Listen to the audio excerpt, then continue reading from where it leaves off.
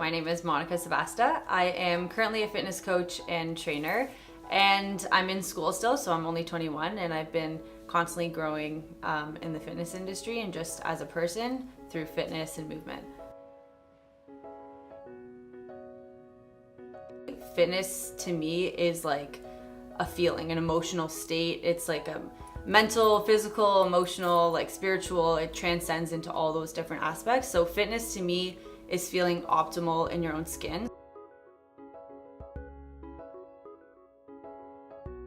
Oak Ridge's community center, so really close by, opened up, saw it as an opportunity. At the time I was a soccer athlete, so I was training like 4 times a week, and winters obviously are not optimal outdoors, so I kind of built my curiosity and I went to the community center just to train in the winter. Little did I know that I would develop such a passion in fitness. So I started training and I started realizing that I could optimize my performance on top of even just practice. So even school practices and stuff like that, just running outside and taking that initiative to build myself outside of what was expected. I saw progression from that. So I feel like that's kind of where it became a habit, it got addicting. And so that was probably that was when I was younger. So that was like grade 7, grade 8 is when that kind of sport initiative started. I've been in the actual fitness aspect of things for 5 years. Growing up, I'm still quite young, but growing up, I had like no self-confidence. It wasn't necessarily like you'd pick me out and be like, oh, that girl needs confidence, but it was more of like, I needed reassurance. I was thriving on reassurance from others, and I was quick to learn that that's not a stable or consistent thing that you're ever gonna achieve. Over time, as you know, friends change and things transition, I started realizing that confidence had to be within. So obviously it wasn't just like a thought one day and a like snap of the finger, it's like boom, confidence, you got it. That mental shift took a lot. Like it took a lot out of me when I started seeing, you know, friends transition. So I kind of transitioned by channeling my energy into something else, and it ended up being fitness, it ended up being movement. And I noticed my mood kind of changed in that state. I want to empower people to take action. So I don't want to empower necessarily the fact that people have to exercise, lift 20 pounds, things like that. I want people to know that they can take action towards their life and the thing that kind of drives them home. And whatever that is to you, I 100% respect that. And it's kind of just my expression of taking a hold of my own life is through fitness and through feeling good, looking my best, and just carrying out my own purpose on a daily basis. That's what I express on my page, and I hope that people kind of get that notion from me through my captions or through my little short clips, that they can take action towards their own life, and they don't need that reassurance from someone else, but maybe even my own reminders and movement can help just take that forward.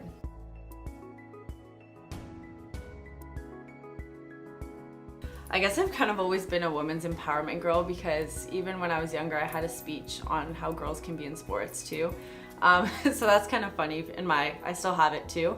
I've always kind of wanted to fight against that. And it's not necessarily fight, but prove people wrong in that sense. So whenever I heard that, it was never like, oh my God, they're right. It was always like, watch me, like watch me do this. So even I remember like in elementary school, challenging guys to run. And just like I wanted to play soccer, and you would have to prove yourself as a girl to be able to play. And that's just kind of like the nature of things. So I never necessarily took it to heart. It was always just like that extra added motivation. And I guess I'm lucky because I had a brother as well, and twin brothers. So we kind of always like lifted each other up, and he was always kind of my support system. So I was never fearful of like male figures or male stereotypes in that sense. For those of you who don't know, Stefano, I grew up with him, and Stefano has always been the exemplar of like the athlete. You know, he's very well balanced. He always did good in school, hard worker. But yeah, I think that my brother has always kind of been very strong to his character and true to himself. And that's something that's always inspired me, because I had that as a weakness. He really just showed me how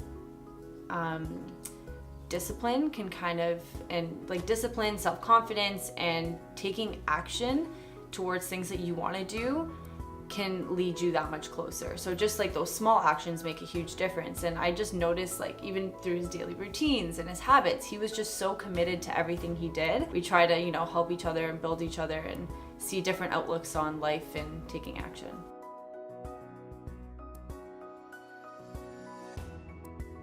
first one would be realistic. Be realistic in the sense that if you commit yourself to 2 days because that's realistic, that's fine. Start there and you can only move up from there, right? Second, be consistent. So hold yourself accountable. If you're holding yourself accountable to those 2 days, put them in your planner, put them in your schedule. If it's half an hour you're committing to, it's half an hour. Like, there's no expectations necessarily. Obviously you want to, make your time worthwhile. So if you're doing like a shorter kind of duration, make it worthwhile. You don't want to be sitting on your phone and things like that. But so first, realistic. Second, consistent. And third, try and make it fun and individual. Everyone has their own niche and things that they are potentially passionate about, curious about, or want to try. Just do it. Sign yourself up and just create it for yourself. It doesn't have to be what the next best influencer told you on your fitness page. It can be anything. So right now I'm strongly on Instagram. So that's Monica Sebasta. That's my initial fitness page. I would say the podcast. The podcast is really going to grow over the summer. We're hoping to get at least one a week. So that's Fit Style Radio again. And people are connecting in ways I never really imagined. Initially it was just, again, a raw action. It was something that I thought I could empower people by showing them an exercise or two to keep them comfortable in trying something new. And it seems to be kind of expanding on a daily basis. So I'm really proud of that, and I'm like so grateful to have so many people kind of feed into that as well.